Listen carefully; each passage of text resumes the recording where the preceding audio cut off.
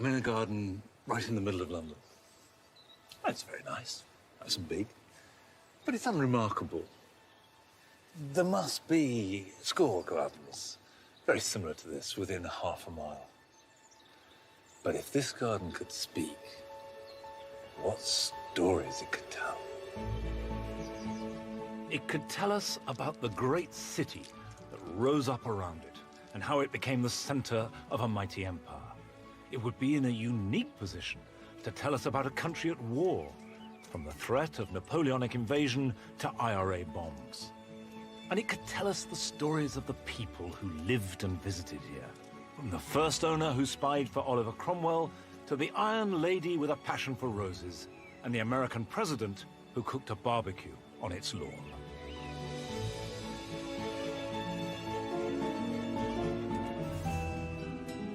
I believe that gardens are every bit as important as the buildings we live and work in. And if we can unearth their secrets and listen to their stories, we get a unique insight into our history and what makes us the people that we are today. In this series, I will show not just how gardening has changed over the last 4 centuries, but discover why these changes have occurred and who has driven them. There she is. He's an artist, I guess. Yeah. Although Betty never saw himself like that.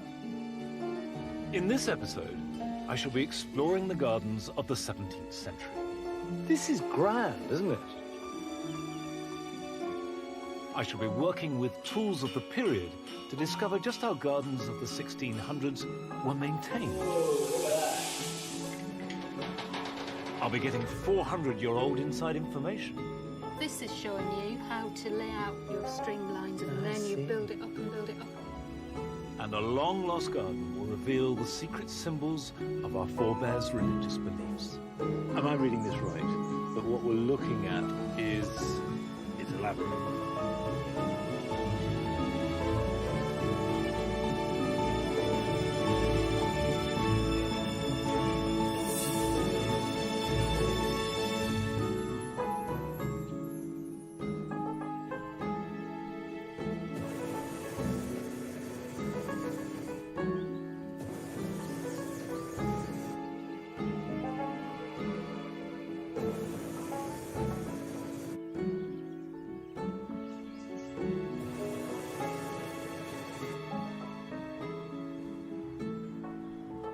I'm floating above the Cumbrian countryside, and directly below me is the garden of Levens Hall.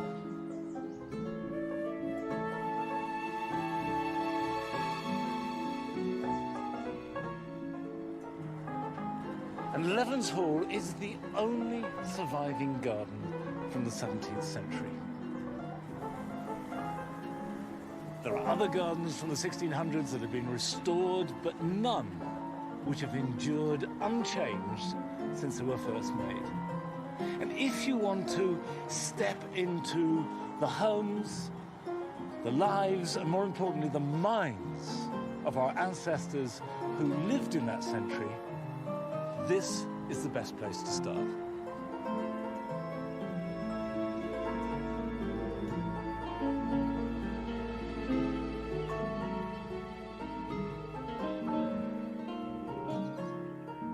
Levens Hall was first laid out in 1692, the end of a century marked by great changes and upheavals, as well as advances in achievements, all of which transformed the country's gardens.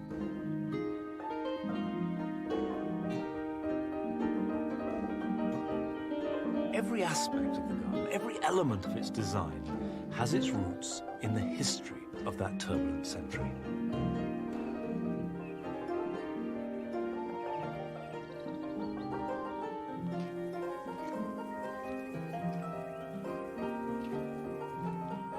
Over the past 300 years, it has matured and evolved in a way that its makers could never have envisaged.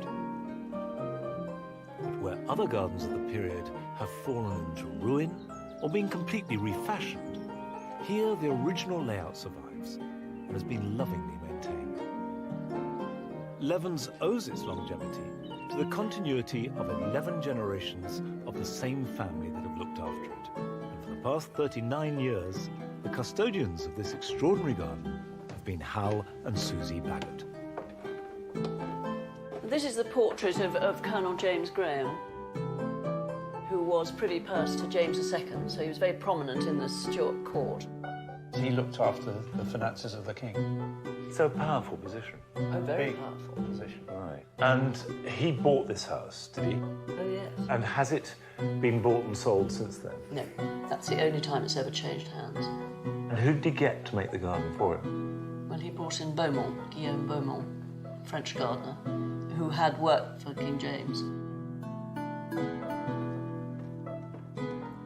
Plans drawn up 50 years after the garden had been completed give us a sense of what Beaumont's original vision for Levens Hall may have looked like 300 years ago. I just love the little figures. I mean, look at these two rather grand ladies standing at the front door. I love the man with the tricorn hat wheeling his wheelbarrow, the lovely hedge walks. And these are the original beech hedges of the time. And they are now enormous in the garden. The main topiary area is there. And of course, the wilderness, you see, Yes. would have been laid out very formally then. Bowling green's still there, but not actually bowls now. Croquet. What's interesting about this is it shows the layout, but it doesn't give much indication, for example, here, of what these were. So actually, the more you look at it, the harder it is to read. Yeah. Although the general picture is wonderful and sort of laid out and exact. Interesting. Very.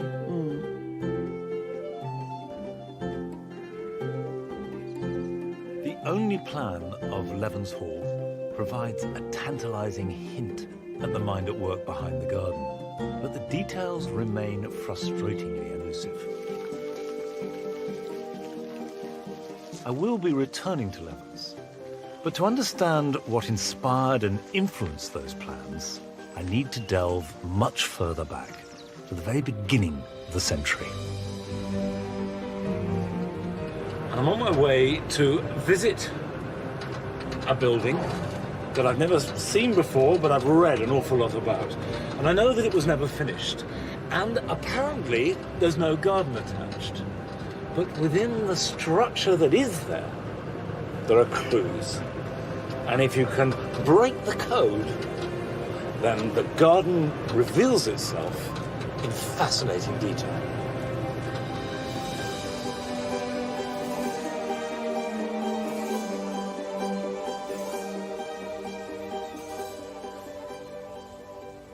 This is Lyveden New Build, and it's a garden building.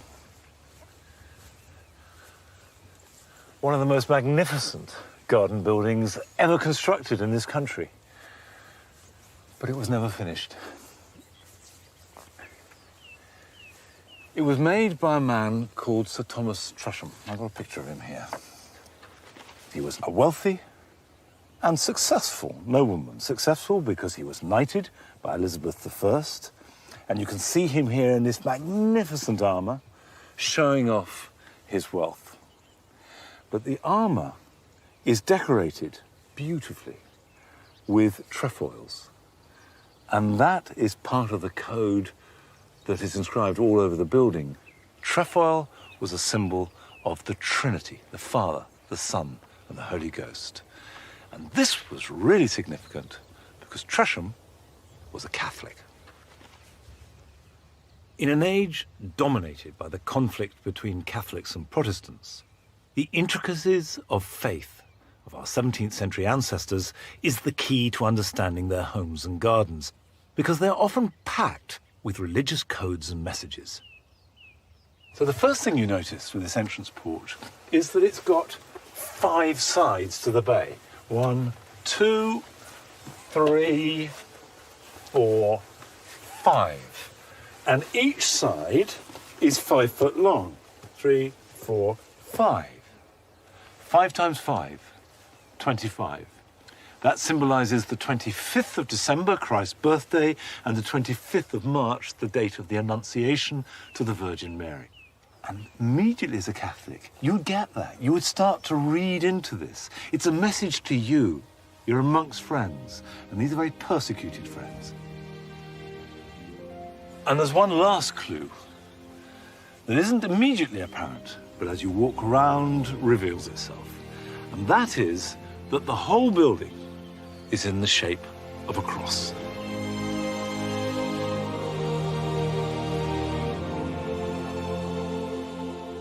On account of his Catholic faith, Tresham was constantly in and out of prison, which is one of the reasons why his plans for Lyveden were never completed. This building, which he called the Lodge, was intended to be a banqueting house where fellow Catholics could gather in relative safety. The best rooms would have been at the top of the building, where his guests could look out and admire Tresham's grand estate, and even more importantly, his magnificent garden. Now, Sir Thomas Tresham never lived to see the building completed. He died early in 1605. Work stopped, and then later in 1605, the Catholic plot, which has come to be known as the Gunpowder Plot, was discovered. His son was involved, thrown into the tower, and also died later that year. And this building stood unattended, and it's been untouched for 400 years. And the garden that we look down on was ploughed up, trees grew on it, and it disappeared too. Until recently. Very recently, clues have been discovered that reveal what Thomas Tresham's garden of 1600 may have looked like. Mark Bradshaw from the National Trust has found that hidden religious codes and symbols weren't only confined to the buildings. So we've arrived at the site here of Tresham's house.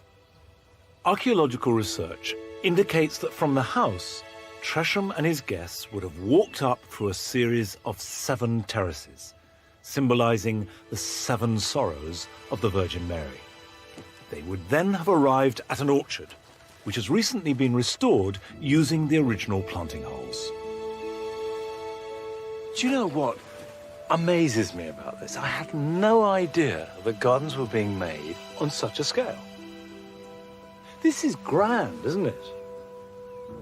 There's over 306 trees, 25 different varieties, from damsons and gage and plums to apples and pears, avenue of cherries.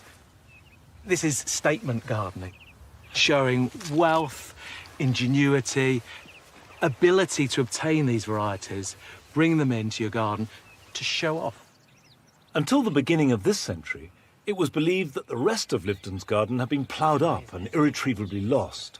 But a fresh clue has revealed a remarkable feature that lay hidden for 400 years. This is an aerial photograph that in 2003 we obtained from Maryland in the US. It's an aerial photograph taken by the German Luftwaffe in the 1940s. And we're standing around about here. And where we're looking out over looks like an open field today, but can you... I can see what's... And that's, am I reading this right? That what we're looking at is a labyrinth. Your heart must have almost stopped beating when you saw that picture. We'd had earlier aerial photographs, and we just never picked up that sort of detail, but the light, that the day this photograph was taken, the time of year, just captured what are very subtle changes in ground level. Well, having discovered this, and after you'd all sat down and got your breath back, what did you do? Literally, we came in with mowers and started cutting the path as accurately as possible to this representation. And we've continued cutting that over the last number of years. Labyrinths were a popular feature in many gardens of the 16th and early 17th century. Tresham's labyrinth was over a mile in length and designed to be walked as an act of contemplation, the journey representing the tortuous but true path of the Catholic through life and on to heaven. Letters have been found that reveal that Tresham lined what he called his circular beds, but which we now know to be a labyrinth, with white roses and raspberry plants. The raspberries would have symbolized the blood of Christ, and the roses, the purity of the Virgin Mary. Now, with the help of an aerial photograph and a lawnmower, we can once again reveal Tresham's 400-year-old horticultural expression of faith. It's a fascinating insight into the hidden messages that lie below the surface of these gardens.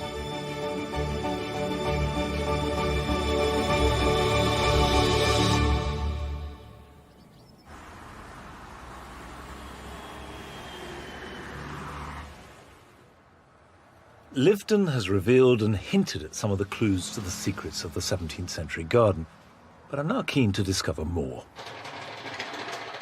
So I've come to the Lindley Library in central London, where the Royal Horticultural Society holds some of the earliest books published on the British garden. And straight away, I realise that I've underestimated what good records there are from this period. This is the period that is like the Dark Ages in many ways, but clearly it's not. It's not if you can turn to primary sources to books. I mean, in terms of what's left on the ground, Nothing. it is. There's nothing. Nothing. But luckily, it's the time when there's an explosion in printing and there's an explosion in publishing. The archivist Fiona Davidson has selected some gems from this burst of publishing that tell us a huge amount about our 17th century forebears' relationship with their plants and gardens. And they're beautiful objects too, and they're lovely. What's this book here? The Gardener's Labyrinth, which is often quoted as being the first popular gardening book in English, so it's a good place to start. And when was it written? It was written, this copy's 1586. And there is a very ornate, patterned form. What's going on there? So these are designs for knot gardens, and you'll find there are quite a few of them. And that's like a labyrinth. So entwined, elaborate hedges made out of thyme or herbs of any kind, maybe box, but low hedges. These were there for the gardener to look at and get some inspiration from, but if you look at the book along next, it gets more practical, because this is showing you how to lay out bits of string in order to calculate your square and get your dimensions right. What was the reason they were using these very elaborate forms? Well, we think that it's to do with having control over nature and showing that there's a pattern and there's a plan to creation, and you've made it, you've built that pattern, so you've demonstrated that you've got an understanding of complexity, but you've also got control. You've got control, and it is to the glory of God. Yes, this out of the way. Like Tresham's labyrinth, using patterns to reflect order was one method to communicate religious messages, but there was also another way. This is the rather elaborate frontispiece, and it's the Garden of Eden, this idea of God as a gardener and creation as a garden. These are the beautiful plants for your paradise garden. But what's really interesting about it is the mixture of plants that you recognise. Well, I can see tulip, pineapple. So these are the plants of the New World as well. Yeah, so you've got there's a lily. cactus as well. And what's that? This moment in history is the mix between the exploration and mythology, because this is the Tartary lamb. It's this idea that somewhere in the mysterious East grew a plant that sent up a shoot, and at the end of the shoot, little lamb grew and then would eat its way around, still tethered like an umbilical cord to the shoot, and then it would run out of grass and it would die. People believed in them because other wonders were being discovered all the time, so why not that? In the age before scientific understanding, it's clear that religious symbolism played a key role in garden design. But the idealised image of a Garden of Eden, combined with sheer greed, also drove what became a frenzy to acquire new and exotic plants. There's no question that tulips were the most important plant in the 17th century. People became obsessed by them. And in the 1630s, particularly in Holland, tulip mania was the first case of a bubble and a credit crunch. Because people noticed that these bulbs, newly imported from the Ottoman Empire in Turkey, had a tendency to go from a plain flower to one that the following year would appear streaked and flushed with colour. And these aberrations, what we now call breaking, were admired and held to be valuable. And of course, things valuable then could be sold, and rapidly these prices became inflated, and you speculated on it happening.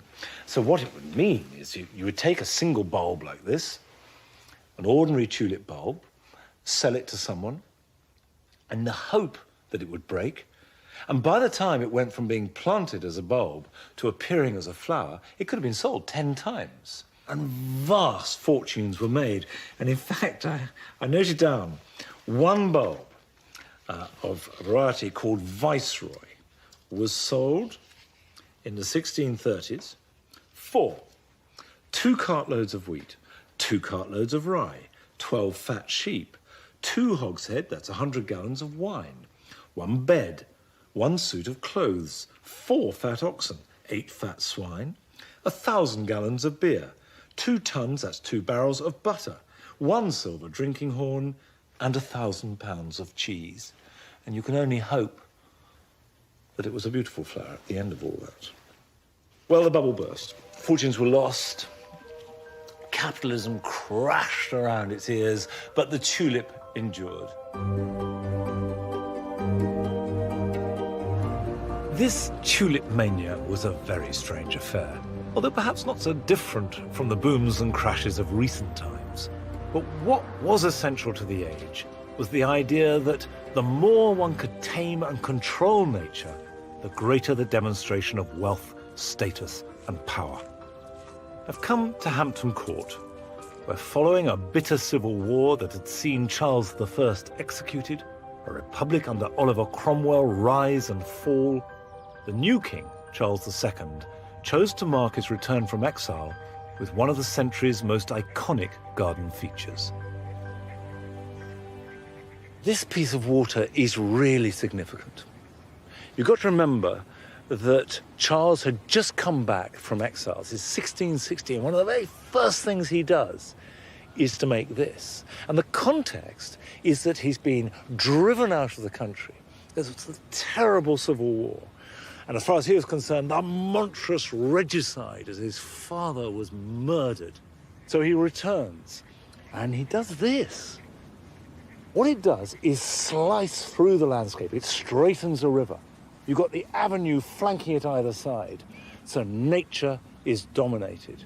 And this was designed to be seen from the palace, looking out. And everybody there would have read the message, which was that I am in command, not just of you, my people, but of nature itself. The Long Water introduced a French style that had inspired Charles during his exile in Paris. And for the privileged few who could afford it, his return to England heralded a new era of extravagant garden building. At the vanguard was a neighbour and close ally of the king who ploughed a fortune into building one of the most fashionable homes in England. Bringing together leading architects, craftsmen and landscape designers from the continent, Ham House dispensed with long-standing traditions of design to create a contemporary garden that was every bit as important as the house itself. The Great Hall is laid out in a very familiar fashion. You have a main door at one end and another door directly opposite to create what was a passageway. And this would have been familiar to anyone from the Norman conquest in 1066 right up to Elizabethan times.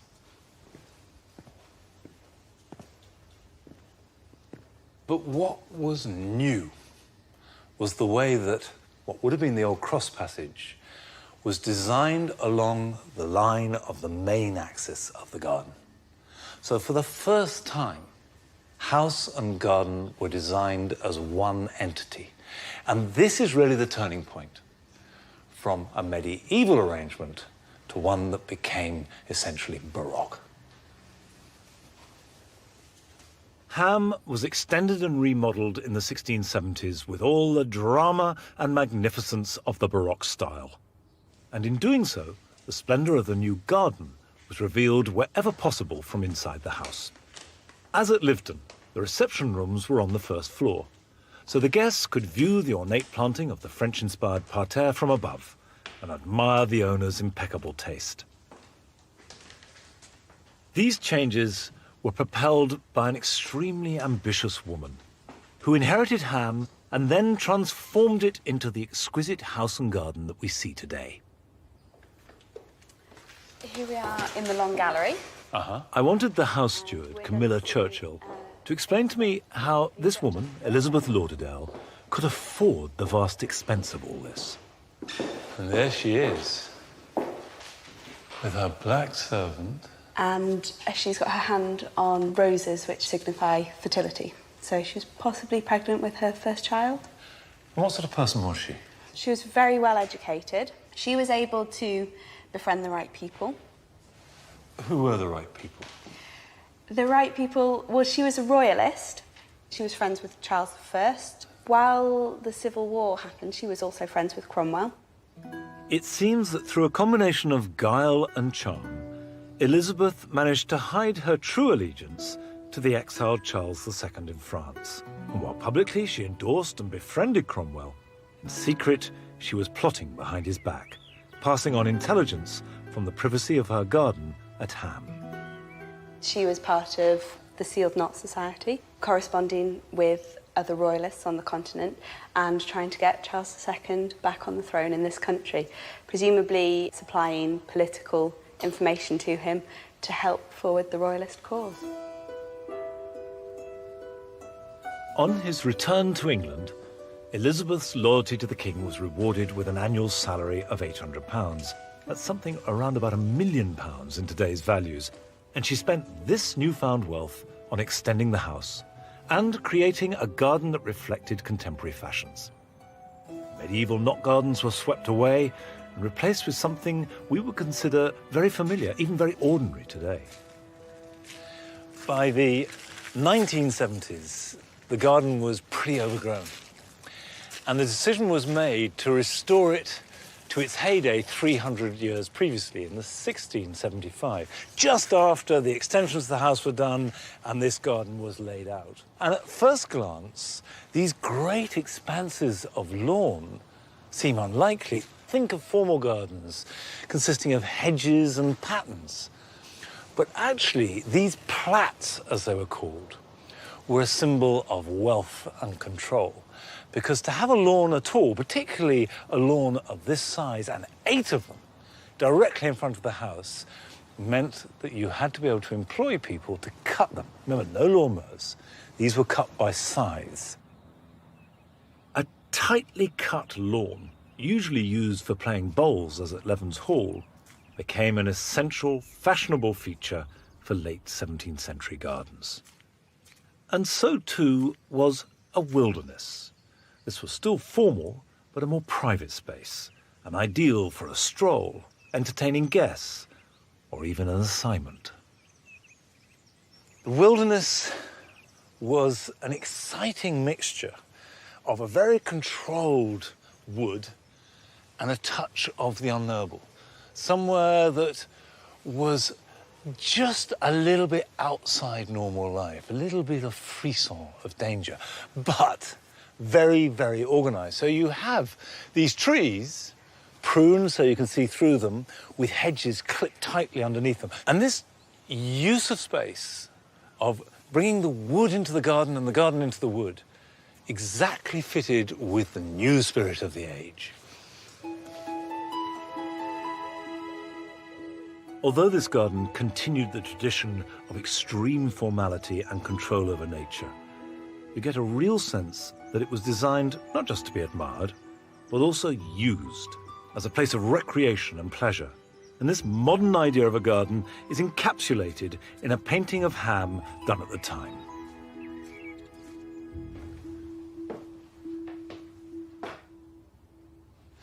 This is one of those iconic images that, if you're interested in garden history, pop up again and again. And there you have the Duke and Duchess walking in their garden, surrounded by what amounts to courtiers, this little private court here at Ham House. Friends, visitors, hangers-on, all dressed to impress each other and the Duke and Duchess. And the little dogs there, King Charles Spaniels. And that figure in the back,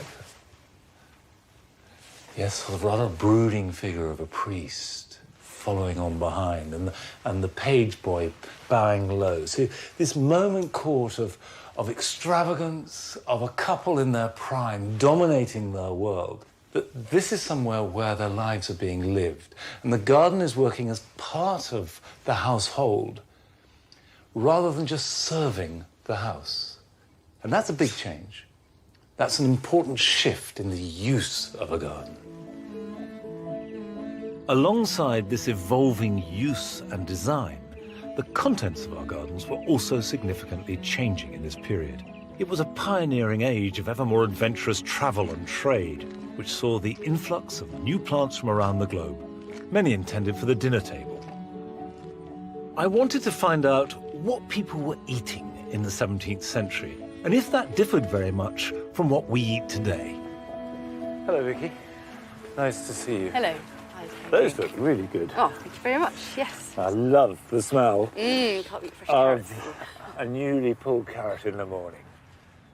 I've come back to Hampton Court, where Vicky Cook and her team have recently restored one of the palace's period vegetable gardens.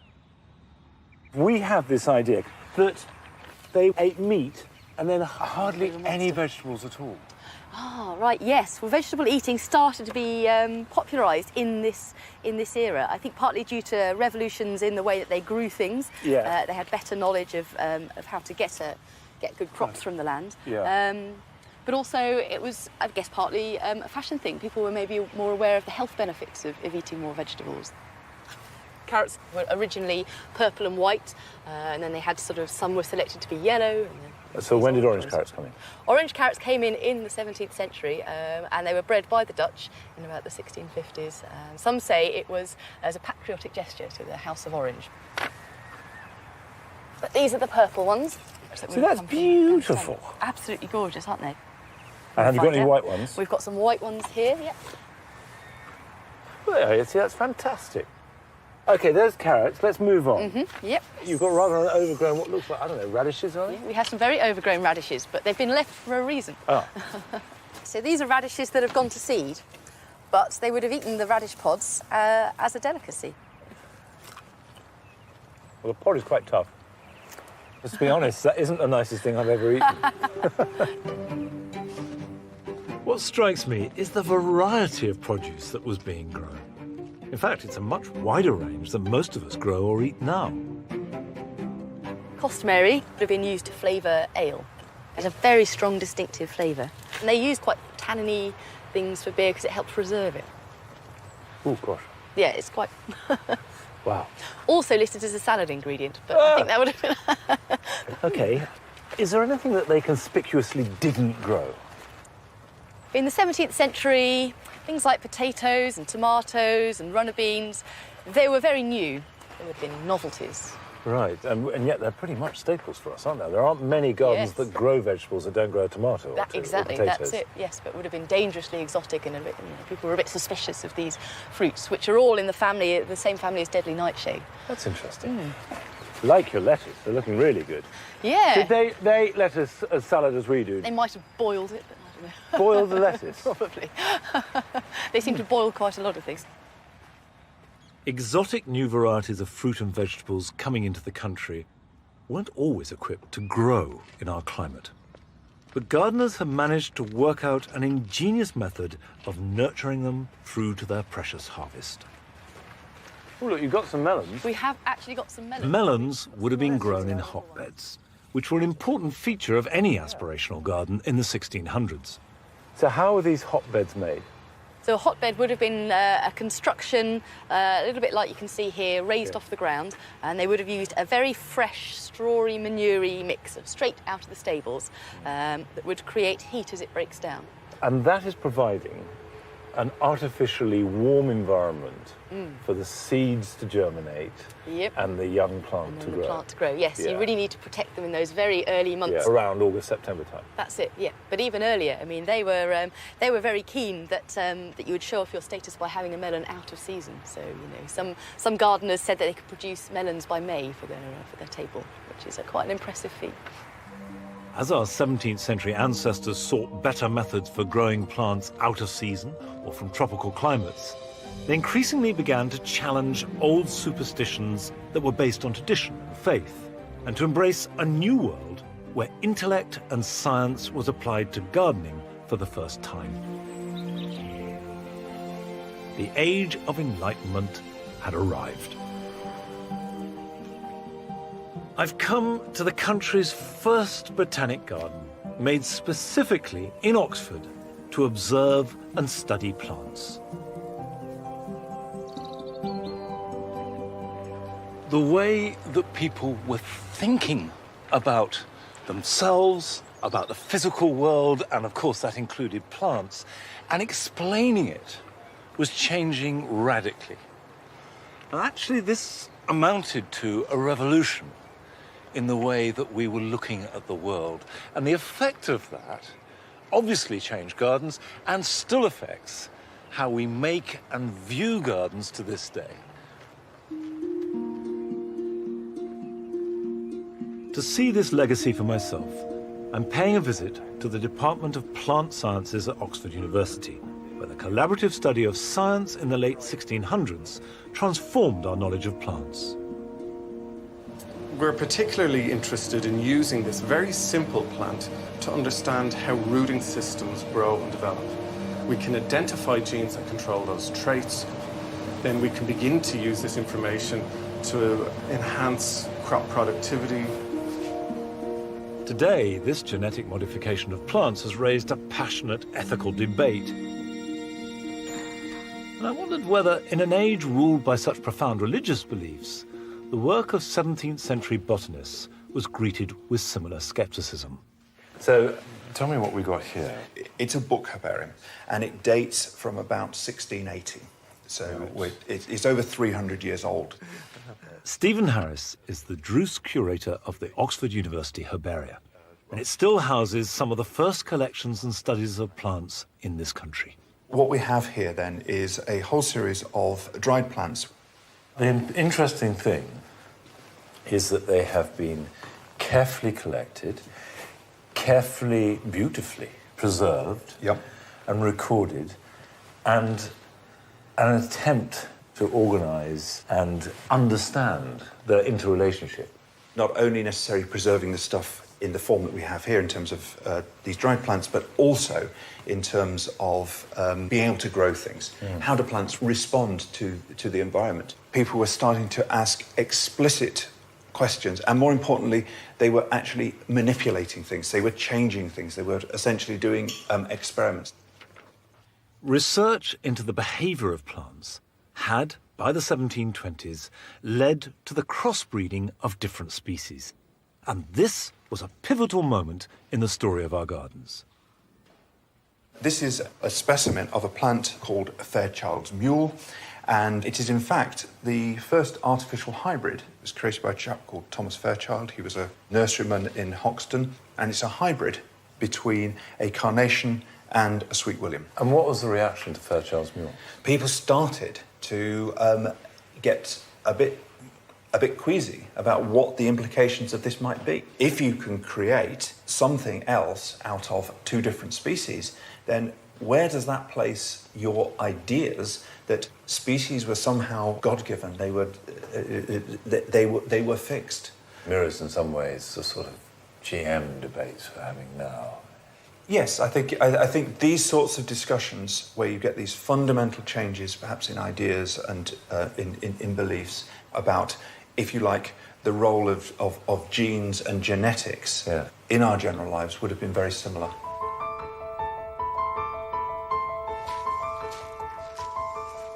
Despite the growing band of scientists and intellectuals finding a new language to talk about plants, by the late 1600s, gardens in this country had yet to express our own national culture and identity. Under Charles II, we'd followed the fashions of the French, like at Ham House.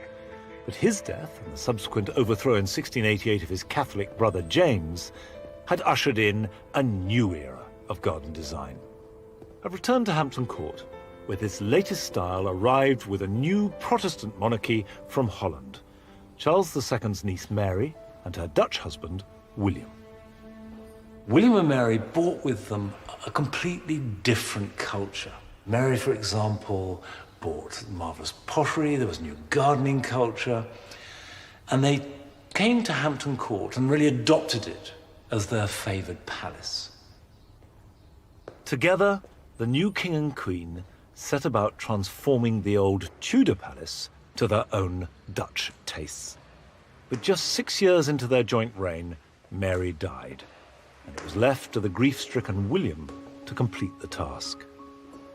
I've been given permission to go up on the rooftops to look at the result.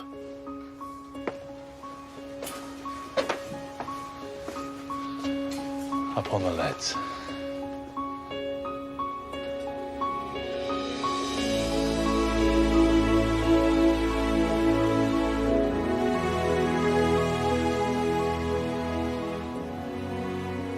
That's fantastic. Incredible to see it from up here on a beautiful, clear day.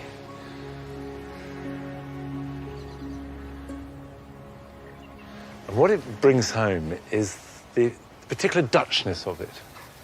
If you think that the great enemy was Louis XIV in France, and Louis had Versailles. Versailles, which by the 1690s was the great wonder of Europe. This vast garden and court, which stretched out literally as far as the eye could see. And it set the tone for all aspirational gardens. But what William bought was a completely different sensibility.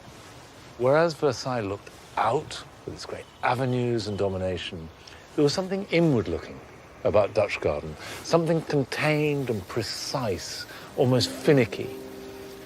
And of course, in many ways, that appealed more to the British sensibility with its enclosed gardens than it did the French. And immediately it was taken up by the British.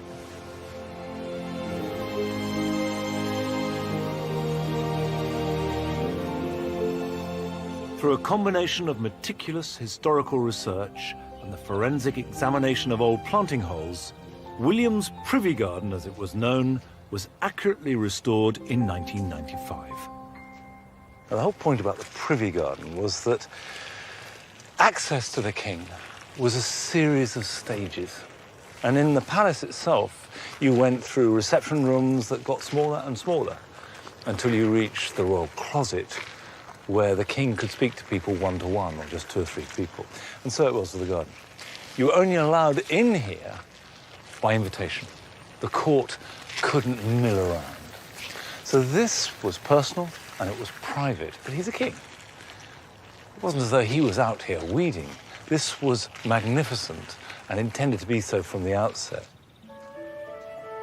To the modern eye, it's a magnificence that's slightly hard to read. There seems to be too much space between the plants. And the topiary, the one abiding garden feature that William and Mary brought with them from Holland, are all tiny compared to the large Gothic creations that we have become accustomed to. I'm intrigued to know how the estates and gardens manager, Graham Dillamore, keeps them so small and tight. I mean, I grow some topiary, and I know that although they're only about 20 years old, however tightly you clip them, they just get steadily bigger. Yeah. It's this weird thing. Yeah. Trying to get out and trying to break free from the shape. Well, it wants to be a tree, doesn't it? Wants to be a tree, yeah. How do you get them to be as tight as this? Real control over nature, and it begins at a very early stage when you get the plant very, very young. You have to keep clipping it, keep controlling it, and eventually it just firms up. It just stays within its framework. And in the 17th century, they'd worked this out. They cracked that. Yeah, they mastered it, and it's about quality over quantity. The quality of the topiary was really, really important to them, and they'd rather see a very good specimen, you know, modest in size, to be honest with you, but of absolute pure quality. And did that apply to just you and Box, or were they toporizing lots of things? Well, it was that era where the control over nature, as I said earlier, was absolutely king. And wherever possible, they could exercise their power over nature by clipping everything. So we find in the Privy Garden, for example, they would have clipped the hollies, they would have clipped the roses, the honeysuckles, the lavenders, the Philadelphus, all would have been clipped to shape. Just to give that example of, I'm the king, and I can make plants grow to whatever shape I like.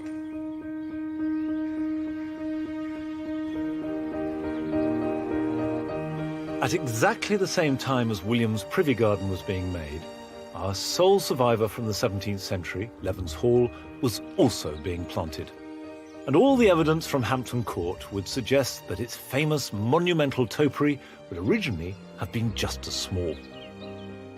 Now, Levens has long since matured and evolved, but I wanted to know if there were any contemporary records of what was being planted here at the end of this century that had witnessed so many discoveries and advancements in gardening.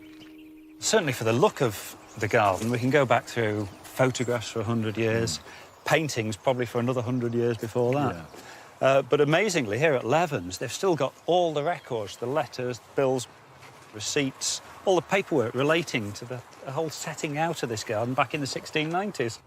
Chris Crowder is only the 10th head gardener to have worked at Levens since his predecessor, Monsieur Beaumont, created the garden in the 1690s.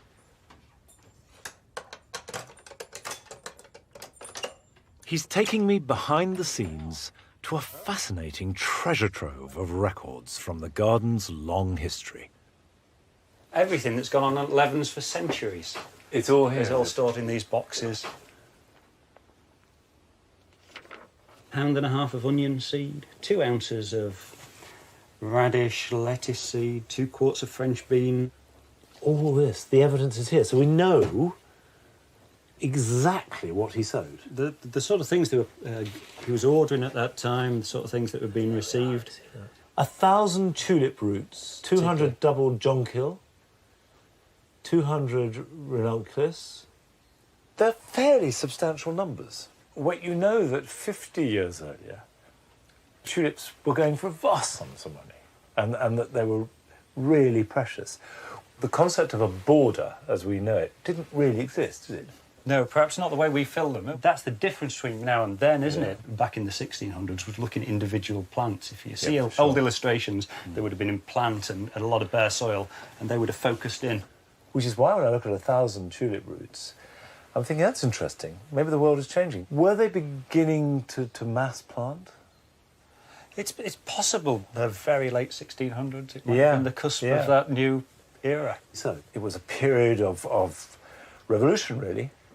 It's a very fascinating moment to see a garden being developed, and it's all here. As autumn comes round, so too does the annual ritual of cutting the famous hedges and topiary. Today, the gardeners use hydraulic lifts and the latest power tools. But I'd like to know how a task like this would have been achieved in the 17th century. So I'm on my way to visit a blacksmith to help make a pair of period shears. I want to get the feel of what it was like to look after these gardens. I'm a practical man, I'm a gardener. So I know when I've made them, that if I use them, it will replicate exactly the experience of a 17th century gardener making the controlled world.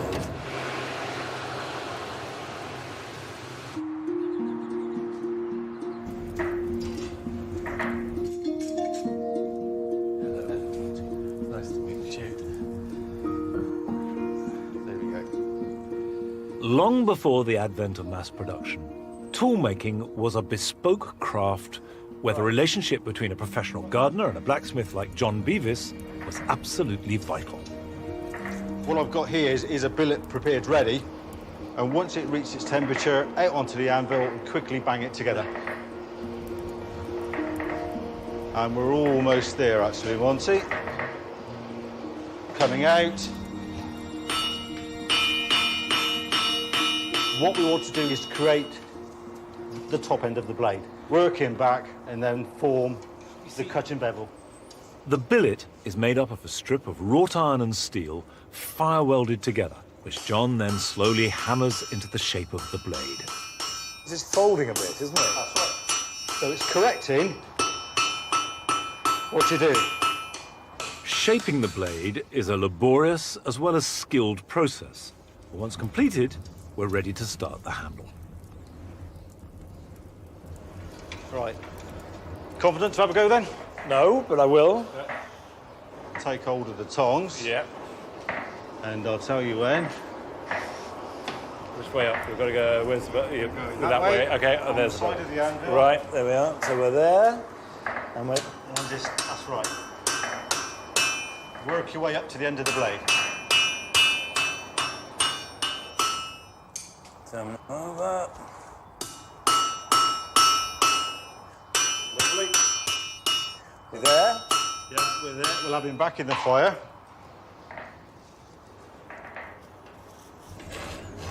Right, we're almost ready. Okay, I'm going to keep out your way. Set it down. Right. Quite a difficult process. We need to get on the side of the anvil, hammer half on, half off, and hammer it down. And then bring him up and take him through.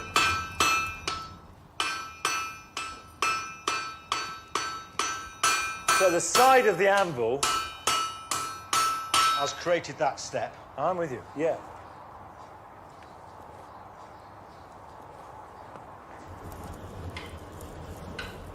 Prepare yourself, Monty. All right, okay. Your turn to have a go. Righto. Vice-like grip. Fine.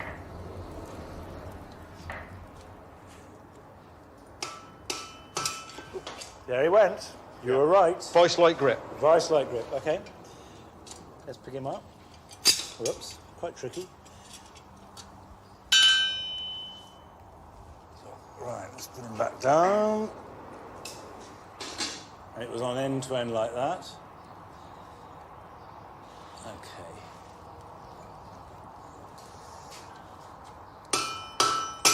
Now he went again. Well, so what was I doing wrong? Just simply not holding it hard enough? Simply not holding it hard enough. That's a bit humiliating.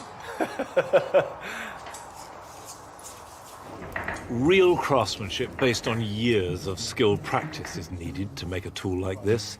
So I leave John to finish making the shear's characteristic curved handle. There. And you simply scroll tongs in and take him round.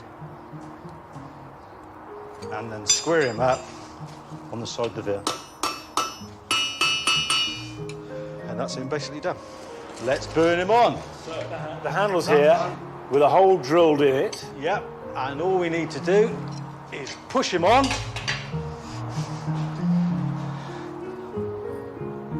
Whoa, look at that. Look at that. And he's there. Right. Here we go then, Monty. Cleaned, finished. Handles on. All we need to know now is put them together, set them, and see if they work. Now this you've made. Yep. A wing nut, which we forged as well. Threaded on. And when you pull them apart, you should hear it. And there's the picture. Clearly the same. If you had a pair of these and you found that picture, you would say, "There are my shears." They're incredibly beautiful. And it's obviously a privilege to watch them being made and see craftsmanship at work. But the truth is, beauty won't earn their keep. That's right. They've got to be useful. They've got to be practical. Yeah, they've got to do a job. So I'm now going to take these to the oldest surviving garden in England with an enormous amount of topiary to cut, and I'm going to try them out.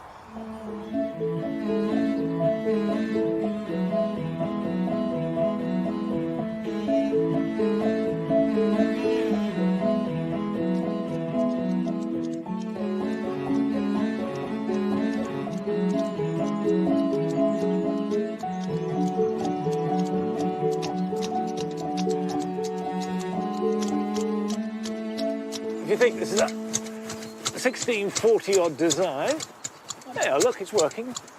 They're functioning, aren't they? Well, that is amazing. a bit. I'd never realised that there's not much difference. No. Technology hasn't progressed that far. That's got a better edge on it, but it cuts. Yeah. So there's no question that they could have done your job with these tools. Not so sufficiently, but they could have done. Do you cut this with hand shears at all?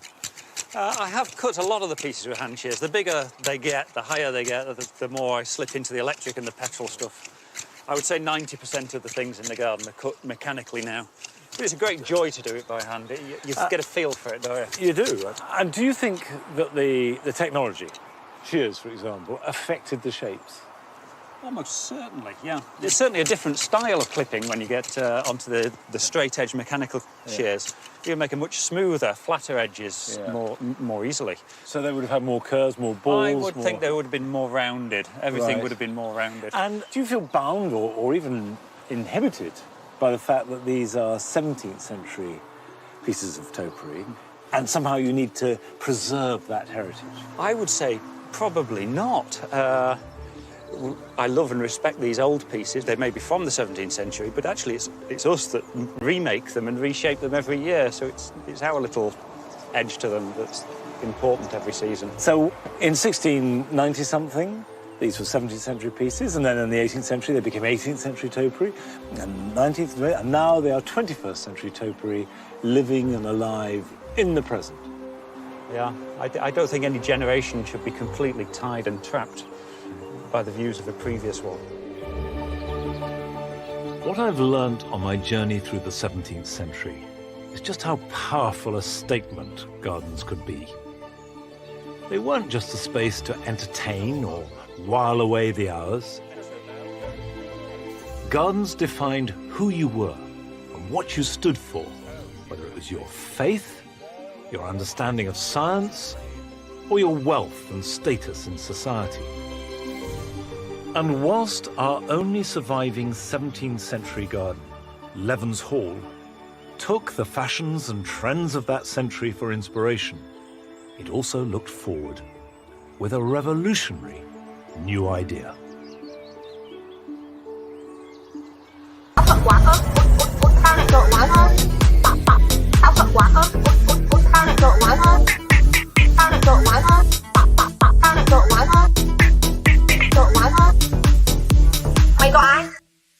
Đừng bao giờ dạy con rằng là đi ra ngoài nhớ mắt nó đánh chết rất ngu. Đó, nó có chú nó có bác nó. Mẹ bác nó cầm súng đấy nó bắn cái pặc bắn chết mẹ. Em có thể nói ngu. Em có thể nói ngu. Bắn cái pặc. Pặc pặc pặc. Bắn cái pặc pặc pặc. Em có thể nói ngu. Nó có chú nó có bác nó. Em có thể nói ngu. Nó có chú nó có bác nó. Bắn cái pặc pặc pặc pặc. Em có thể nói ngu. Bắn cái pặc pặc pặc. Pặc. Bắn cái pặc pặc. This garden is that the very first thing that Monsieur Beaumont did was quite unlike anything else that had been done in the 17th century, and that was to build a ha-ha. This is the first ha-ha ever known in this country. And the point of it is you have a wall which keeps out the cattle or the sheep in the park, but no barrier to the eye. So from the garden you look out and include the countryside as part of your gardening view. Now this, not the topiary, not the bowling green, no other feature. It was this that was to revolutionize gardening in the next century. That is another story.